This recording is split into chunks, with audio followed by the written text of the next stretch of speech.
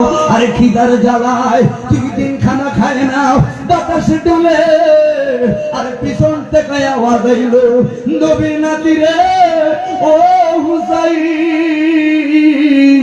একবার যদি হুকুম করো রে শব্দ বলা লাগতো না, যদি আঙ্গুলটাই উঠায় আলা আর জাবালের রহমতটারে হীরায় পরিণত হইয়া হুসাইনের কদম মুবারকের মধ্যে ফইরা যাইব। আল্লাহু আকবার। হুসাইন তোলে না, কারণ কি রে সুখইও ইসলাম দুঃখইও ইসলাম। 1450 বছর পরে নানার কিছু উম্মত থাকবে, এক বেলা খানা খাইলে 2 বেলা খানা পাইতো না রে। 1450 বছর আগে হলে বয়সের মেহনত, কথা বলেন ঠিক না বেঠে? ও যুবক, শুধু তাই নয়, আম্মা জান ফাতেমাকে তারপর আমি ছোট্ট একটু কারবালার কথা বলে শেষ করব। যুবক, তোমাকে চিনতে হবে, মা আমার হোসাইন খানা দানা না পাইলে মৌলা আলী কইতো তোর নানার দরবারে যা, নানার দরবারে গেলে গো আমার নবী হুসাইন রে ধরায়া ধরতো, আমার নবী হাসান রে ধরায়া ধরতো। আর হুসাইন কইতো নানা নানা গো, যেই বেলা খানা খাইতে পারি না, যেই বেলা খানা নাই গো, ওই বেলা দৌড়াইয়া আইসা ইয়া রাসূলুল্লাহ আপনার চেহারা মুবারকের দিকে তাকাইলে 1 বেলা 2 বেলা নয় গো, দিনের নবী কমপক্ষে 3টা দিন হাসান না খায়া থাকতে পারি, হুসাইন না খায়া থাকতে পারি। ও যুবক, খেয়াল করো, হুসাইন চাইলে কিসের অভাবে রে? হুসাইন কে রে? যার মা হলো জান্নাতের সরদারিনী। হুসাইন কে রে? হাসান কে রে? যার বাবা হলো বেলায়েতের বাদশা। হুসাইন কে রে? হাসান কে রে? যার নানা হইল রহমাতুল লিল আলামিন।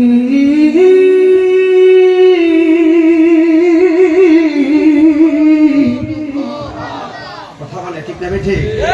কিছুই জবাব ছিল না, তোর এই কষ্টটা কেন করলো? নানার উম্মতের জন্য স্যাক্রিফাইস। কথা বলো ঠিক না বেঠে? শেষ মা বোনরা আছে না, মা বোনরা আসলে না, মা বোনদেরকে বলে যায় ফাতেমাতে জাহরা আদর্শ থেকে আপনাদের শিকার আছে।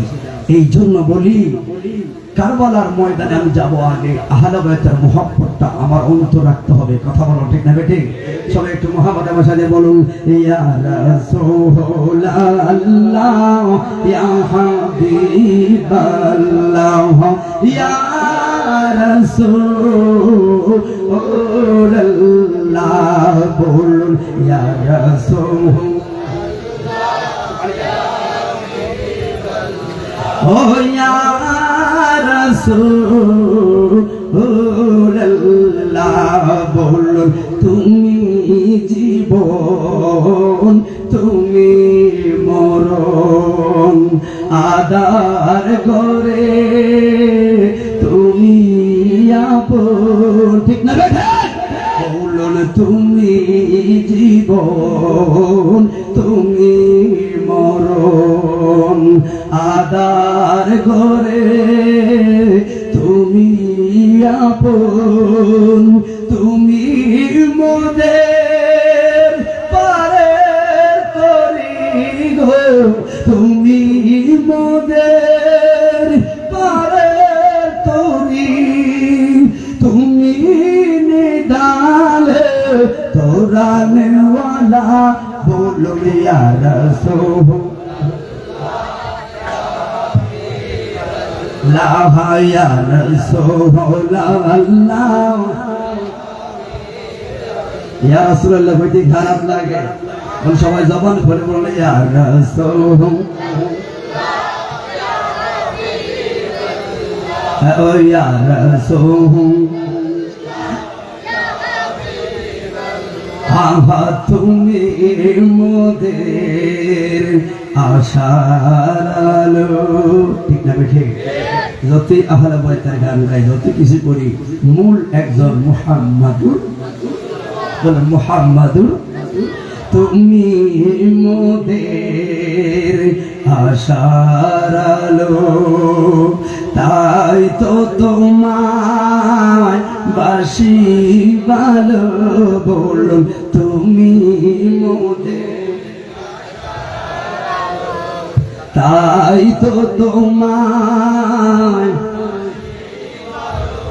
ও হৃদয় নামের ফুলদানিতে গো, হৃদয় নামের ফুলদানিতে গেথে রেখেছি প্রেমের মালা বলুন ইয়া রাসূল,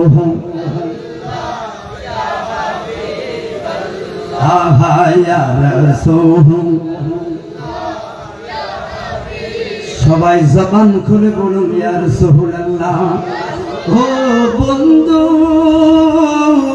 চলেন রাসূলে পাকের মুহাব্বতের খাতিরে আহলে বাইতের মুহাব্বতের দরকার আছে না নাই? কথা বলাছে না নাই? আমার নবী বলল আমার আহলে বাইত লোকা সাফিনাতুন নূহ নবীর নৌকার মতো, ওরে ওই নৌকায় যারা উঠবি রে তোরাই একমাত্র পরিত্রাণ পাইবি। নূহ নবীর 4 সন্তানের ভিতরে কেনান নামের একটা সন্তান ওঠে না রে, ধ্বংস হয়ে গেল। আমার নবী বলেন নূহ নবীর কিস্তি আমার পাক পাঞ্জাতন, এই নূহ নবীর নৌকায় যারা উঠলো রে তারাই পরিত্রাণ পাইল। ঠিক এমনই ভাবে আমার আহলে বাইতের জান্নাত যারা ধরবি তোরাই আমি নবীরে পাইবি রে। শুধু তাই নয়, সিদ্দিক আকবর বলেন জগতের মানুষ রে ওয়ালা আবু বকর সিদ্দিক রাদিয়াল্লাহু তাআলা আনহু আল্লাযী নাফসু বিহাদিলা করাবাহু রাসূলুল্লাহ সাল্লাল্লাহু আলাইহি ওয়াসাল্লাম আহাব্বু ইলাইহি আন আসিলা মিন করাবাতি। আল্লাহর হাবিবের সাহাবী সিদ্দিক আকবর কিরমিজের ব্যাখ্যায় বলল আমি আবু বকরের যত নিকটবর্তী আত্মীয় আছে রে, আর সব যত নিকটবর্তী যত প্রিয় লোক না কেন আমার কাছে আমার নবীর আহলে বাইতের দাম সবার চাইতে বেশি রে। আল্লাহু আকবার।